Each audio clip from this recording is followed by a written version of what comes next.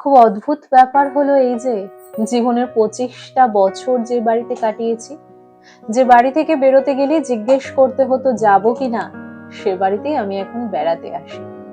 আর ওভাবেই চলে যাই। যাওয়ার আগে দু একবার দেখে নিতে হয় কিছু ফেলে যাচ্ছে না তো। আর ওই যে আমার স্বাদের ঘরটা, ওটা ওভাবেই ফেলে যাই আমি। এই ঘরের আলমারি, বিছানা, খাট এসব আমার খুব কাছে। এই ঘরে এলে আমি চেনা গন্ধ পাই। এই ঘরের প্রতিটা কোণা আমার আহ্লাদে আটখানা হয়ে আছে। আগে আমি গোছাতাম না, এখন এসে দেখি মা পরিপাটি করে গুছিয়ে বন্ধ করে রেখে দিয়েছে। আমার কত গোপন আলোচনার সাক্ষী এই ঘর, কত রাত জেগে কাটিয়েছি এই ঘরে, বন্ধুদের সাথে কত গোপন আলোচনার সাক্ষী এই ঘর। আমার কত কান্না, কত রাগ, কত অভিমান দেখেছে এই ঘর।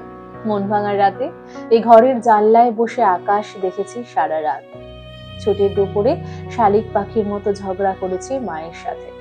অফিস থেকে ফিরে ক্লান্ত শরীর এলিয়ে দিয়েছি এই ঘরে, নিশ্চিন্তে ঘুমিয়েছি।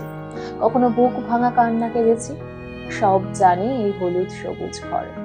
সারাদিন ঘুরে এসে ক্লান্তিতে অন্ধকারে নিজের পছন্দের গান শুনেছি কত শতবার। কত জিনিস লুকিয়েছি খাটের পাশের ওই ড্রয়ারটায়। ওই যে আলমারিটা, কতবার অগোছালো করেছি শুধু একটা জিন্স পাচ্ছিলাম না তাই। আবার একদিকে শাড়ি, একদিকে সালোয়ার, একদিকে কুর্তা পাট পাট করে সাজিয়েছি। অদ্ভুত ব্যাপার হলো এই যে এখন বিছানায় রাখা ওই যে দুটো ব্যাগ, ওই দুটো ব্যাগেই জামা কাপড় আনি আর ওভাবেই নিয়ে যাই। ভাবি কয়েকদিনই তো থাকবো, আলমারিতে আর রাখবো না। ব্যাস, আলমারিটাও আর খোলাও হয় না। সাজার জিনিস, কানের দুলের রঙিন বাক্স সব ওইভাবেই পড়ে থাকে।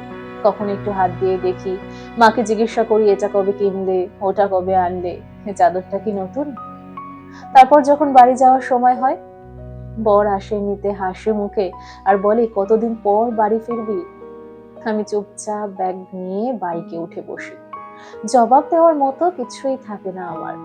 আমি জানি ওই বাড়িতেও আমার একটা ঘর আছে, বাবা মা আছে, আমার জন্য সবাই অপেক্ষা করে আছে। কিন্তু এই বাড়ির মায়া কাটে না। প্রতিবার যাওয়ার সময় পেছন ফিরে আর তাকাতে পারি না।